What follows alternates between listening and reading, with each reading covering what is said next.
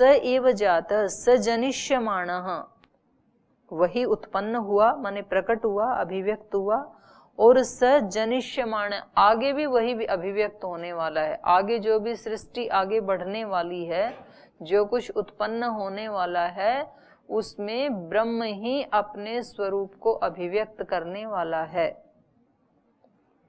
स एव जातः स जनिष्यमाणः प्रत्यङ्जनास्तिष्ठति सर्वतोमुखः। प्रत्यङ्जनान्, प्रत्यङ्जनान् माने प्रतिजनान्, जनान प्रत्यंग, प्रत्येक व्यक्ति के अंतःकरण में, वही तिष्ठति, स एव प्रत्यङ्जनान् तिष्ठति, वही हर व्यक्ति के अंतःकरण में स्थित है। सर्वतोमुखः, सर्वतोमुख माने सर्व साक्षी, सर्वतोमुख कहते हैं सब तरफ मुख है जिसका, तो सब तरफ जिसका मुख होगा तो उसको सब तरफ का दिखेगा। अभी मेरा मुख इस तरफ है तो मुझे केवल इस तरफ का दिखाई दे रहा है, अगर इधर इधर भी मुख हो तो उधर उधर का भी दिखेगा, पीछे भी मुख हो तो पीछे का भी दिखेगा, सब तरफ मुख हो तो सब तरफ का दिखेगा। तो ईश्वर कैसा है? सर्वतोमुखः, सर्व साक्षी है वो। तो मेरे अंतःकरण में क्या क्या चल रहा है, मेरे कर्मों में क्या क्या चल रहा है, उस सब को जानने वाला ईश्वर है। ईश्वर को पता है कि अभी मेरे शरीर से मैं क्या कर्म कर रहा हूँ, मेरे अंतःकरण में विचार में क्या चल रहा है, मेरे भावों में क्या चल रहा है, मेरा संकल्प में क्या चल रहा है, वो सब कुछ जानता है वो अंदर बैठा हुआ। लेकिन ये पता, ये अनुभूति कब होगी? जब ये अपने आप को जान लेता है, आत्म साक्षात्कार कर लेता है और सर्व पाशैः मुच्यते, सब पापों से मुक्त हो जाता है, सब पाशों से मुक्त हो जाता है, सब पापों से मुक्त हो जाता है, तब इसको ये पता चलता है। नहीं तो तब तक तो पता ही नहीं चलता है। हम एक अलग ही लोक में खोए रहते हैं। हमने अपना एक लोक बना रखा है, हम अपने उसी लोक में जीते रहते हैं। कहने के लिए तो हम सब इस पृथ्वी लोक में जीते हैं, लेकिन एक लोक में जीते हुए भी हम सब अलग अलग लोक में जीते हैं। पता है, जैसी जैसी हमारी चित्त की स्थिति है वही वही हमारा लोक है। कोई इस पृथ्वी लोक में रहते हुए भी बाहर से लगता है पृथ्वी लोक में ही रहता है, लेकिन वो रहता है देवलोक में हमेशा, क्योंकि वो अपनी दिव्यता में जीता है। तो ऐसे जो योगी हैं, जो ऋषि हैं, जो उच्च कोटि के साधक हैं, योगी हैं, संत हैं, वो इस पृथ्वी पे रहते हुए भी कौन से लोक में जीते हैं? दिव्य लोक में जीते हैं। कुछ इस पृथ्वी पर रहते हुए भी हमेशा लड़ाई झगड़ा बखेड़ा, ईर्ष्या द्वेष घृणा, कुछ ना कुछ उनके दिमाग में खुरापात चलता ही रहता है। तो वह कहने को तो पृथ्वी लोक में है, लेकिन वो रहते किस में हैं? असुर लोक में रहते हैं। आसुरी आचरण रहता है ना हमेशा। कभी हमारा ऐसा आचरण होता है कि भाई जो मेरे साथ ठीक करेगा उसके लिए मैं ठीक हूँ, जो मेरे लिए ठीक नहीं करेगा उसके लिए मैं भी ठीक नहीं हूँ। तो ये कौन सी स्थिति है? मनुष्य लोक की स्थिति है ये।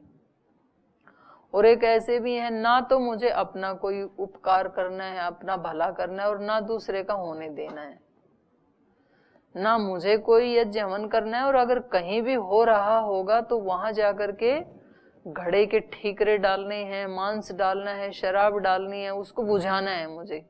तो वो पिशाच लोक में जीते हैं रहते हुए भी। तो कितने ऐसे भी तो लोग होते हैं ना अपना भला करना और दूसरे का होने नहीं देना। बोल मेरे को तो कुछ नहीं चाहिए, मेरा एक ही काम है बिगाड़ना है इनका। तो कहने को तो वो हमारे साथ साथ ही रहते हैं, लेकिन वो साथ साथ रहते हुए भी निम्न लोक में ही रहते हैं। ये कब पता लगेगा इस स्थिति का? जब वो अपने आत्मा के स्वरूप को जान लेता है और आत्मा में ही निष्ठ ब्रह्म को भी जान लेता है, तब उसको दिखाई देता है कि ये सृष्टि तो जैसे मैं सोच रहा था वैसी नहीं है, ये तो पूरी दिव्यता से भरी हुई है। यहाँ तो जिधर भी देखूं वो ही दिखाई देता है, ईश्वर ही ईश्वर, ब्रह्म ही ब्रह्म दिखाई दे रहा है चारों तरफ। तो उस व्यक्ति के लिए सृष्टि बदल जाती है, फिर वो वाली सृष्टि नहीं रहती है उसके लिए, क्योंकि उसकी दृष्टि बदल गई। आगे है यो देवो अग्नौ यो अप्सु यो विश्वम भुवनम आविवेशः स यह औषधीषु यो वनस्पतिषु तस्मै देवाय नमो नमः। यो देवो अग्नौ, अग्नि में देखता हूं तो भी वही दिखता है, और नहीं तो व्यक्ति हवन कुंड के पास बैठा भी है, अग्नि को देख ही नहीं रहा है, उसका दिमाग कहीं और ही चल रहा है। तो अग्नि के समीप रहते हुए, सामने रहते हुए भी, अग्निहोत्र करते हुए भी वो अग्नि से कोसों दूर रहता है। और ये उसमें किसको देखता है? इस स्थूल अग्नि में भी ब्रह्म को देखता है। और स्थूल अग्नि ही नहीं, अग्नियां तो हमारे पास अनेकों है ना, हमारे चारों तरफ कई प्रकार की अग्नियां हैं।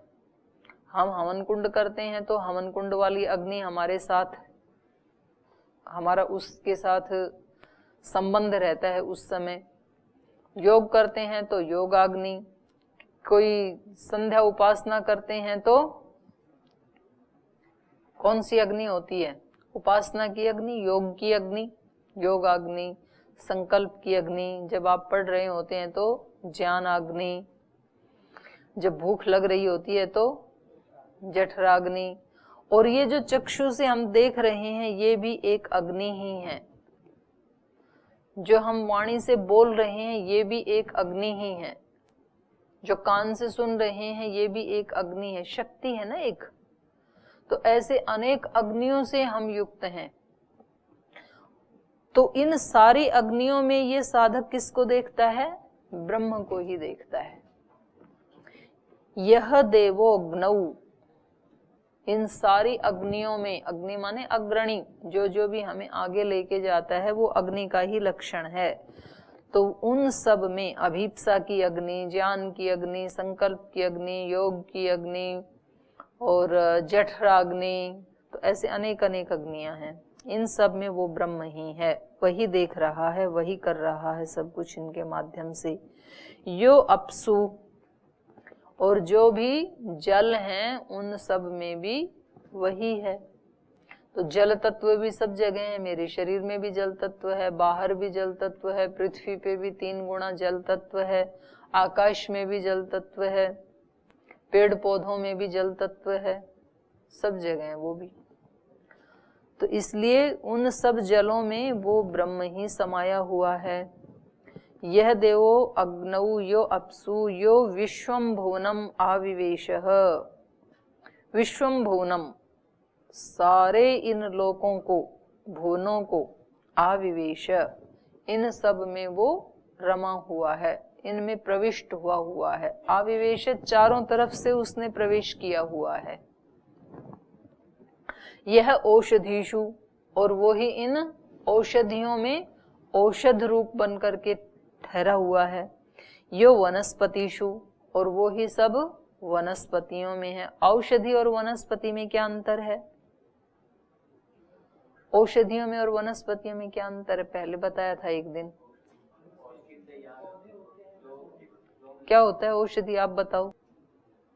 औषधि फल आने पर पक जाती है, उसको काट लेते हैं, और वनस्पति हाँ, औषधि वो होती हैं फल के साथ जिनका अंत हो जाता है। फल आया, जैसे गेहूं, जो चना आदि है ना, जब इनमें फल आ जाता है तो हम उनको काट देते हैं तो वो नष्ट हो जाती हैं फिर पकने पर, मतलब फल पकने पर।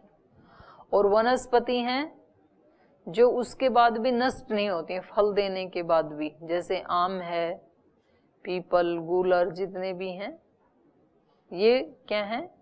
वनस्पति। औषधि फल के साथ नष्ट हो जाती हैं। तो यह औषधीषु, यह वनस्पतिषु, जो औषधियों में, वनस्पतियों में जो हमें औषधीय गुण या जो पुष्टिकारक जो गुण है सब वनस्पतियों में, उन सब में वो ब्रह्म ही विराजमान है।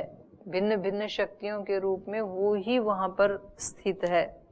तस्मै देवाय नमो नमः। इसलिए सब तरफ जहां जहां भी दृष्टि जाती है, जहां जहां भी मन जाता है, जहां जहां भी विचार जाता है, सब जगह साधक उसी को ही पाता है।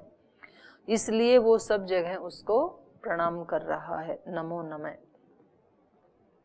यह एको जालवान ईशत ईशनीभिः सर्वान् लोकान् ईशतः ईशनीभिः य एव एक उद्भवे संभवे च य एतद्विदु अमृतास्ते भवन्ति। यह एको जालवान् ईशत ईशनीभिः सर्वान् लोकान् ईशतः ईशनीभिः य एव एकः उद्भवे संभवे च य एतद्विदुः अमृतास्ते भवन्ति। यह एको जालवान, जालवान माने जाल वाला। कौन से जाल वाला? सृष्टि रूपी जाल वाला, जिसको माया भी कहते हैं, माया जाल कहते हैं ना, माया जाल फैला दिया। तो सबसे बड़ा माया जाल किसने फैला रखा है? ईश्वर ने। तो इसलिए उसको जालवान कहा। यह एको जालवान, वो ही एक जाल वाला है, उसी ने ही इस सृष्टि रूपी माया का जाल फैला रखा है। स एको जालवान ईशतः ईशनीभिः, ईशत शासन कर रहा है इस सृष्टि के ऊपर। किसके द्वारा? ईशनीभिः, शासन करने वाली शक्तियों के द्वारा। एक तो शक्तिमान है ब्रह्म और उसकी शक्तियां हैं, उन शक्तियों के द्वारा इस सारी सृष्टि के ऊपर वो शासन कर रहा है। तो जैसे मनुष्यों की भी अलग अलग शक्तियां होती हैं ना, और उन शक्तियों से वो शासन करता है। अपने ज्ञान की शक्ति के द्वारा वो इसमें शैक्षणिक क्षेत्र में शासन करता है, और अपने शारीरिक बल की शक्ति से वो बल वाले क्षेत्र में शासन करता है अपने से निर्बलों के ऊपर। और उसकी जो वाणी की शक्ति है उसके द्वारा वो उन पे शासन करता है जिनके पास वाणी की शक्ति नहीं है। अपनी लेखन की शक्ति से उनके ऊपर शासन करता है जिनमें लेखन की शक्ति नहीं है। तो अलग अलग शक्तियों से एक व्यक्ति अलग अलग सेक्टर में शासन करता है, जिसके पास जो शक्तियां हैं। और कई सारी शक्तियां तो एक ही साथ एक व्यक्ति कई फील्ड में शासन करता है। तो ऐसे ये ईश्वर सारी सृष्टि में अपनी भिन्न भिन्न शक्तियों के द्वारा शासन कर रहा है। तो सरस्वती जैसे ज्ञान की देवी है, तो सरस्वती क्या है? ईश्वर की एक शक्ति है। तो सृष्टि में जिसको भी ज्ञान दिया जा रहा है, ज्ञान की उत्पत्ति हो रही है, वो सब कौन सी शक्ति कर रही है? ज्ञान शक्ति कर रही है ईश्वर की। ऐसे बल शक्ति है, ऐसे ही सृष्टि में अन्न आदि उगाने की एक शक्ति है, सूर्य एक शक्ति है, चंद्र एक शक्ति है, वायु एक शक्ति है। तो ये अनेक शक्तियां मिलकर के इस सारे संसार के ऊपर शासन कर रही हैं, इसको नियमन में रख रही हैं। यह एको जालवान ईशत ईशनीभिः, अपनी शासन करने वाली शक्तियों के द्वारा वो ही माया जाल फैलाने वाला इस सारी माया जाल रूपी सृष्टि के ऊपर ईशत शासन कर रहा है। तो एक छत्र किसका चल रहा है? साम्राज्य यहाँ पे ब्रह्म का, क्योंकि वो राजाओं का भी राजा है। उसके ऊपर किसी का शासन नहीं है, वो सबके ऊपर शासन कर रहा है। यह एको जालवान ईशत ईशनीभिः सर्वान् लोकान् ईशत ईशनीभिः, और केवल पृथ्वी लोक के ऊपर ही शासन नहीं कर रहा है, सब लोकांतरों पर।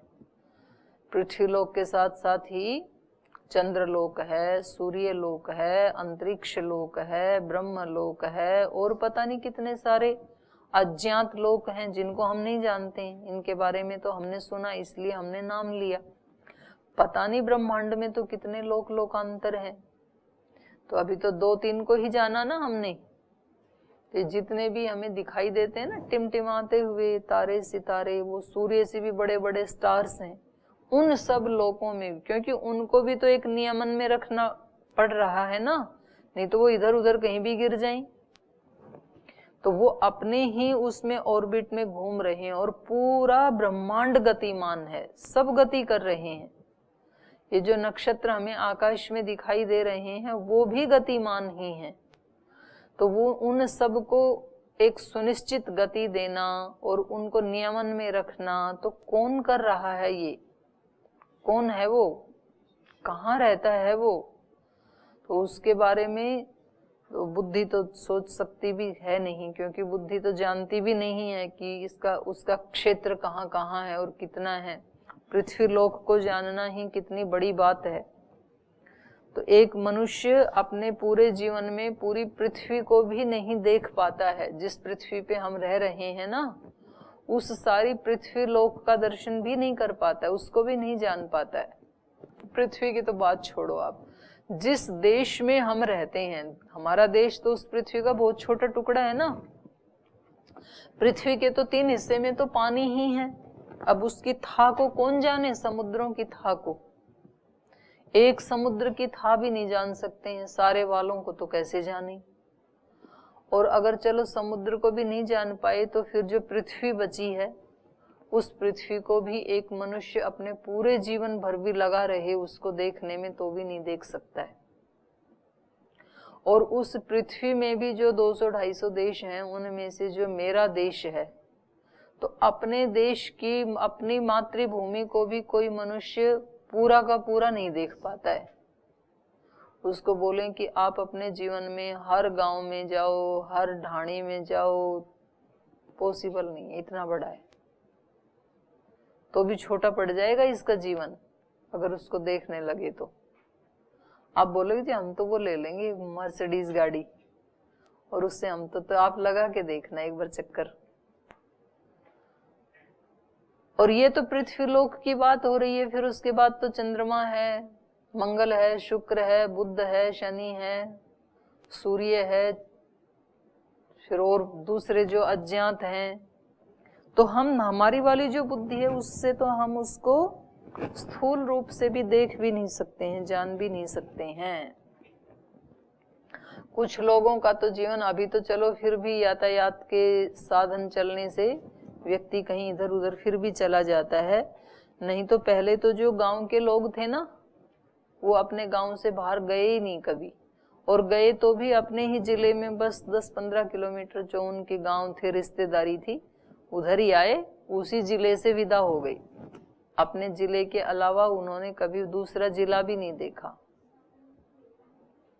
है जी। साधन ही नहीं थे पहले, तो देखते कैसे? देखा ही नहीं। महिलाओं को कितनी ऐसे, अपनी जो हमारी बुजुर्ग महिलाएं, उनको हमने देखा ससुराल और पीहर, बस 2 स्थानों के अलावा वही दुनिया थी उनकी, उससे अतिरिक्त कोई दुनिया नहीं थी। ससुराल में रहें तो पीहर की कहानियां सुनाती थी, पीहर जाएं तो ससुराल की सुनाती थी, बस उतनी दुनिया है उनकी। तो ये सर्वान लोकान ईशत ईशनी भी, इतना विशाल ब्रह्मांड, इतने लोक लोकांतर, उन सब के ऊपर भी वो अपनी अनुशासन करने वाली शक्तियों के द्वारा ईशत अनुशासन करता है। ये एव एक उद्भवे संभवे च।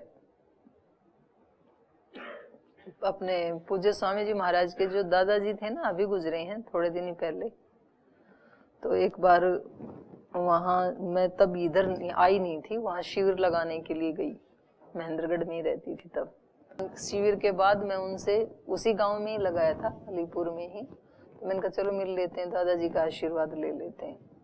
तो फिर बोले स्वामी जी का पहले का पुराना नाम जो है ना, वो राम किशन था।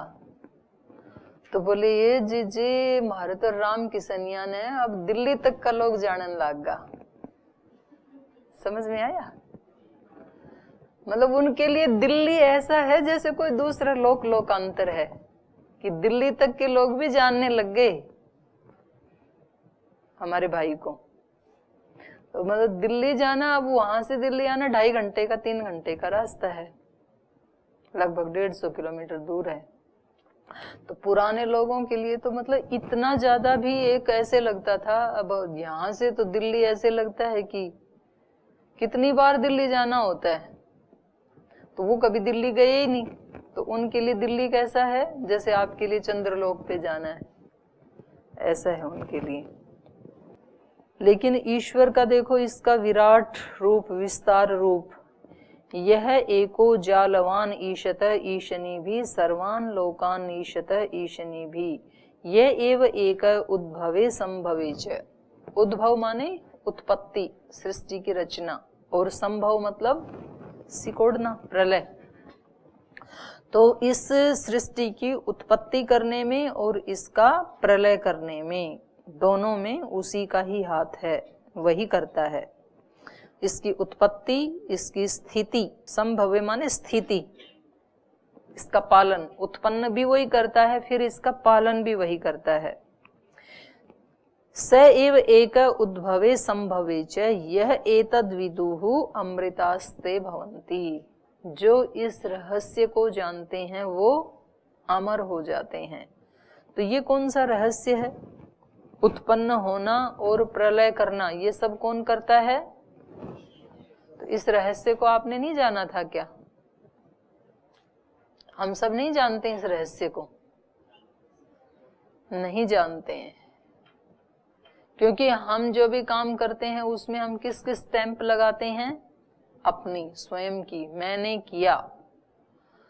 हमारे मन में ये आता थोड़े ना है कि ये तो सब ईश्वर कर रहा है, या कभी ऐसे बोलते भी हैं ना, तो ऊपर ऊपर वाले मन से बोलते हैं, मेरा आपकी कृपा से सब काम हो रहा है, लेकिन अंदर तो यही पता होता है कि मेरी ही कृपा से हो रहा है, मैं ही कर रहा हूं, और इसका पालन भी वो कर रहा है। तो ऐसा भाव भी नहीं आता है मनुष्य को, क्योंकि जितने लोगों के लिए वो काम कर रहा है, नौकरी पेशा, खेती बाड़ी, जो भी बिजनेस व्यापार, तो उसको लगता है कि मैं इनका पालन पोषण कर रहा हूं, मेरे माध्यम से हो रहा है। ऐसे नहीं लगता है कि इन सब का पालन पोषण ईश्वर कर रहा है, ऐसे नहीं लगता है व्यक्ति को। तो इसलिए ना तो वो उद्भव में उसको श्रेय देता है कि ये सारी उत्पत्ति उसने की है। नया मकान बना रहा है तो कौन बना रहा है? भगवान बना रहा है, मनुष्य बना रहा है? आपको कोई कंफ्यूजन होगा, बोले मनुष्य बनाते हैं, भगवान थोड़े ना बनाता है। पेड़ लगा दिया, उसको बड़ा कौन कर रहा है? मनुष्य कर रहा है कि भगवान कर रहा है? अभी दो मत हो गए आपके। बोल उसमें पानी नहीं डालें तो भगवान कैसे बड़ा करेगा? पानी तो मनुष्य डालता है।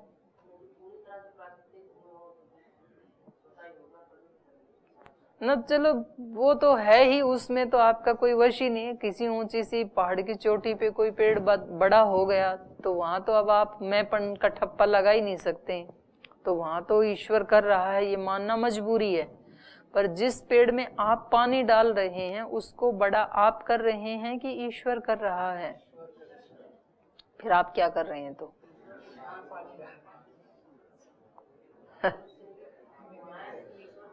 आप भी ईश्वर की शक्ति से ही कर रहे हैं, आपके माध्यम से भी वही कर रहा है।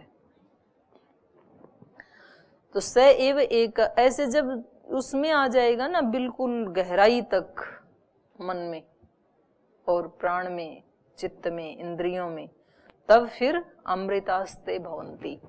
क्योंकि ये सब कर्म तो योगी जन भी करते ही है ना, लेकिन अमर कौन होते हैं? योगी जन ही होते हैं। सामान्य मनुष्य अमर नहीं होते हैं।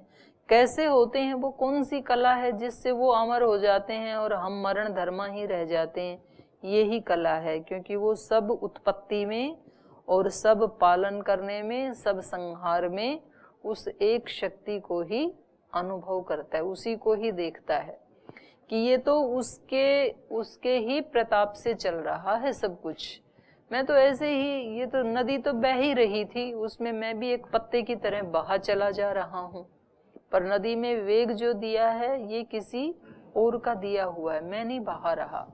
तो ये संसार रूपी जो नदी है, ये सृष्टि रूपी जो नदी है, इसको तो ईश्वर आगे बढ़ा रहा है, उसके द्वारा ये प्रवाहमान है।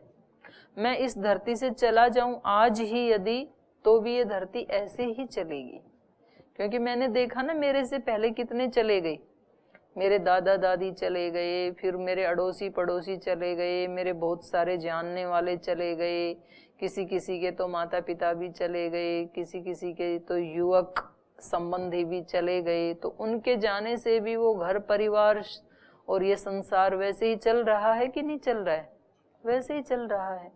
तो जैसे उनके जाने के बाद वैसे ही चल रहा है, तो मेरे जाने के बाद कौन सा रुक जाएगा?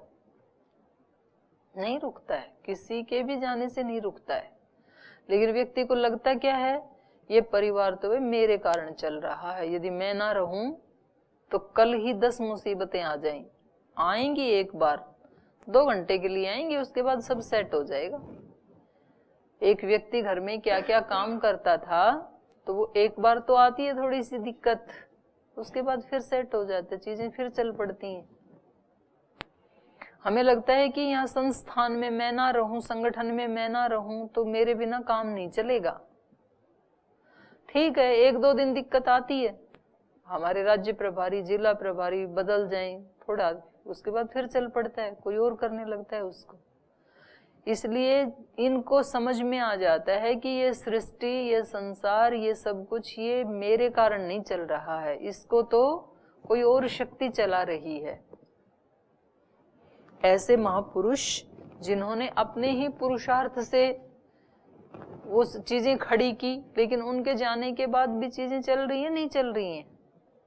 श्री अरविंद ने तो अपनी ही मेहनत से आश्रम वहां पर बनाया, संस्था बनाई। महर्षि दयानंद ने तो अपने ही पुरुषार्थ से आर्य समाज बनाया। रामकृष्ण परमहंस जी ने या स्वामी विवेकानंद जी ने, उन्होंने बनाया, उन्होंने तो नहीं बनाया, अपने पुरुषार्थ से बनाया। लेकिन उन महापुरुषों के जाने के बाद भी वो चीजें तो चल ही रही हैं ना। तो एक तरह से ईश्वर ही इस सृष्टि को चला रहा है और उसमें निमित्त बनते चले जाते हैं। उन निमित्त में किसी का मुख्य रोल होता है, किसी का गौण रोल होता है, तो सबकी अलग अलग भूमिकाएं हैं। कोई मुख्य भूमिका में होता है, कोई सामान्य भूमिका में होता है, कोई विशेष भूमिका में होता है, मध्यम भूमिका में होता है। तो हम अपनी जितने दिन की और जो हमारी भूमिका है उसको हम ईमानदारी से भगवान के निमित्त बन करके निभा लें, बस। ऐसा ये लोग करते हैं, योगी लोग। तो जो ऐसा जान लेते हैं, यह एतद विदुः, जो ऐसा जान लेते हैं, अमृतास्ते भवन्ति, वो फिर अमर हो जाते हैं कि इन सारे उद्भव में और इस सारे संभव में यह एव एक है, वो एक ब्रह्म ही इस सब को कर रहा है। तो ये तीसरे अध्याय का पहले मंत्र तक हमने पढ़ा। यहाँ तीसरे अध्याय में ना ये ईश्वर की स्तुति शुरू हो गई है। जैसे हम शुरू से पढ़ रहे थे ना, तो पहले हमने जाना कि सृष्टि को ब्रह्म ही चला रहे हैं, फिर वो ब्रह्म कैसे हैं वो जाना, फिर उस ब्रह्म को ये सृष्टि उसने कैसे बनाई, तो हमें बताया कि आप उसके सृष्टा रूप को देखो, सविता रूप को देखें और आप भी अपने जीवन के वैसे ही सृष्टा बने। तो एकाग्रता और बुद्धि पूर्वक, ज्ञान पूर्वक सब काम करें। एकाग्रता और बुद्धि को बढ़ाने के लिए फिर प्राणायाम, उपासना आदि का अनुष्ठान, फिर उपासना प्राणायाम कैसे करें, किस स्थान पे करें, वो बताया। अब प्राणायाम पूरा हो गया, अब क्या करें? अब स्तुति करें उस सृष्टिकर्ता की। प्राणायाम से शरीर आदि को सीधा रखते हुए आप अंतर्मुख हो गए। अंतर्मुख होने के बाद अब क्या करना है? अब सृष्टि को देखो, उसके कर्मों को देखो और उसकी स्तुति करो। तो स्तुति करने से वो गुण हमारे अंदर आ जाते हैं। तो ये तृतीय अध्याय में सब भगवान की स्तुति शुरू हो गई है। तो शेष स्तुति कल पढ़ेंगे। आज ही कक्षा को विराम देते हैं।